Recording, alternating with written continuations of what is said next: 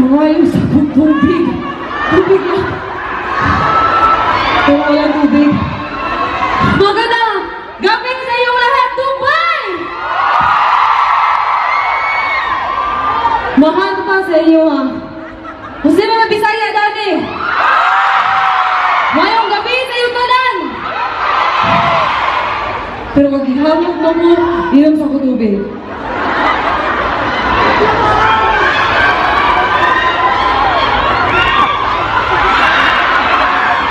Bawal na kang gabantay.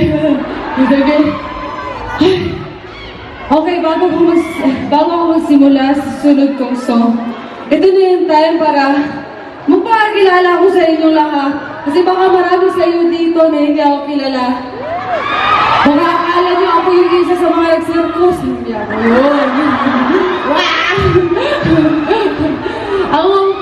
Maymay Entrata.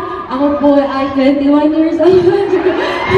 Ako si Maymay Entrata. Galing po ako sa isang reality show. Nanalo dahil sa inyo. PBB, Big Brother. At syempre kasama ko si Dodong.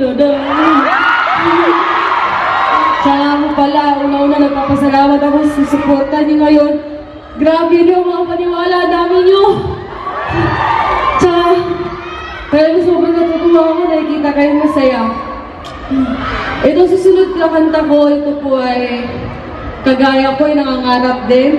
Kagaya niyo din, nangangarap din kayo. And I, baby, you and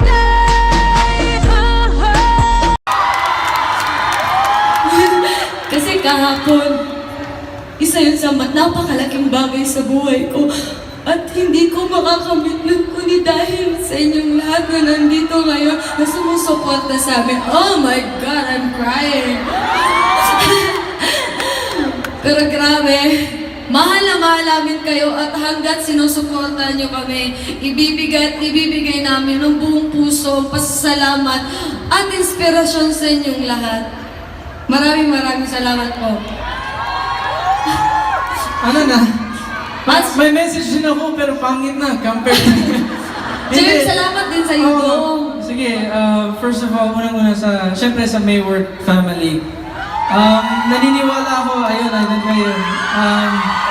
Naniniwala talaga ako na kayong pinaka-best na fan base sa buong mundo. Kasi kayo yung pinaka-patient, ikaw yung pinaka-caring, and you guys really love us with all your hearts and we love you back.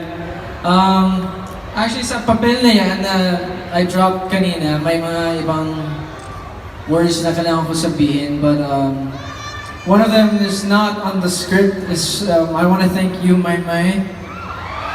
Kasi hindi niyo talaga alam kung gaano kalaki yung impact ni Maymay sa buhay ko.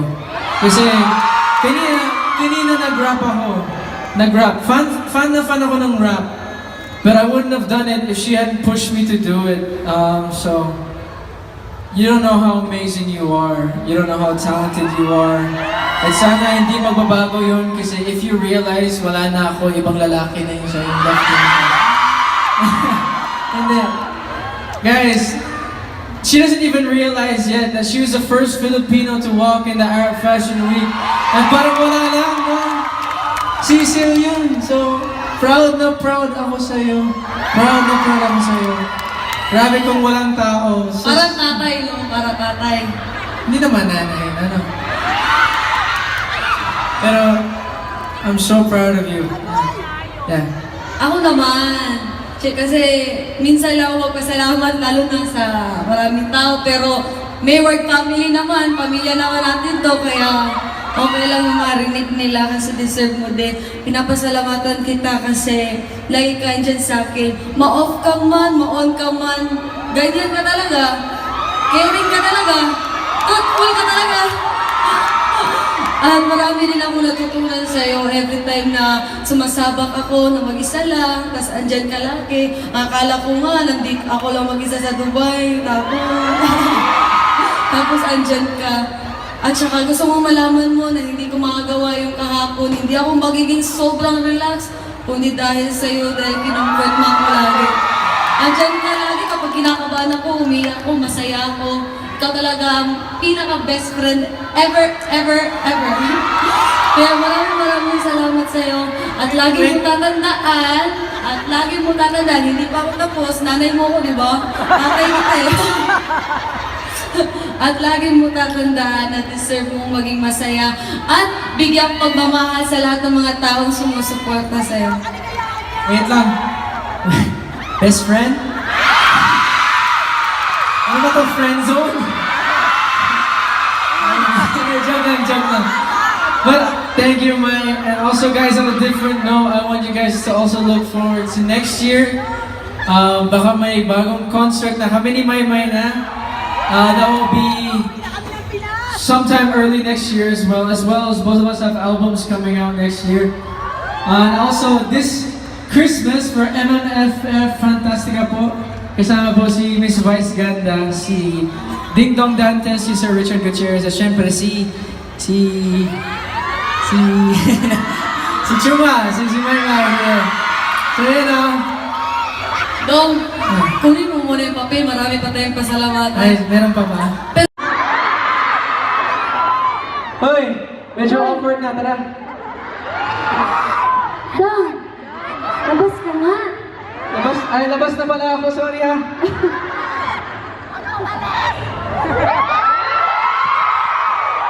Asus gyud, grabe kay kilig niyo kay Edward Bay.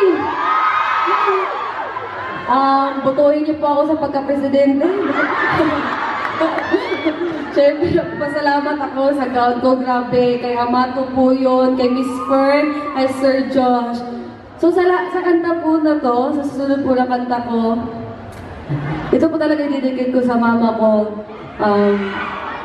Kasi, wala naman po siya dito kasi sabi niya wala magbabantay kay Rio. Si Kuya naman, hindi niya na-renew yung passport. Hindi nakapunta. So, ito po yung kanta na i-dedicate ko po sa'yo, sa inyong lahat na kagaya po ng mama ko, OFW din. Alam ko, wala, karamihan sa iyo ngayon, hindi yung kasamang pamilya niyo, yung mga anak niyo. Pero sa puntong ito, ako na po magpapasalamat sa iyo at may mensahe sa inyo. Maraming salamat po sa tiyaga, sa tiis nyo para lang mapakain kami ng 3 araw. Ay, sorry. Mapakain kami ng 3 beses sa isang araw. Tama ba akong Tagalog? Okay, tama na.